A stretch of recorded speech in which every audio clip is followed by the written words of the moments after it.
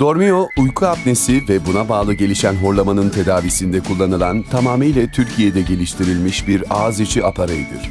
Patente alınmış tekniği sayesinde dilinizi ve çenenizi sizi rahatsız etmeyecek şekilde bir arada tutar, sahip olduğu valve sistemiyle hava yolunuzun kapanmasını engelleyerek gece boyunca nefes alıp vermenize yardımcı olur.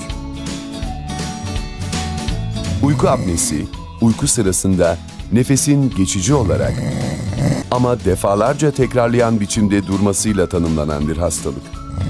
Dünyada 100 milyonu aşkın kişi uyku apnesi problemi yaşıyor. Hastalar gün içinde kendisini sürekli olarak halsiz ve yorgun hissediyor. Odaklanma ve hafıza problemleri çekiyor, verimli çalışamıyor. İyi bir gece uykusu uyumadıkları için yaşam kaliteleri düşüyor. Artık herkes tedavisine daha rahat ve daha konforlu devam edebilsin diye Dormio var. Yumuşak silikon yapısı sayesinde uyku konforunuzdan ödün vermeden dilediğiniz yerde, dilediğiniz zaman kullanabilirsiniz. Bundan sonra Dormio olmadan uyumak istemeyeceksiniz. Dormio alın, nefes alın.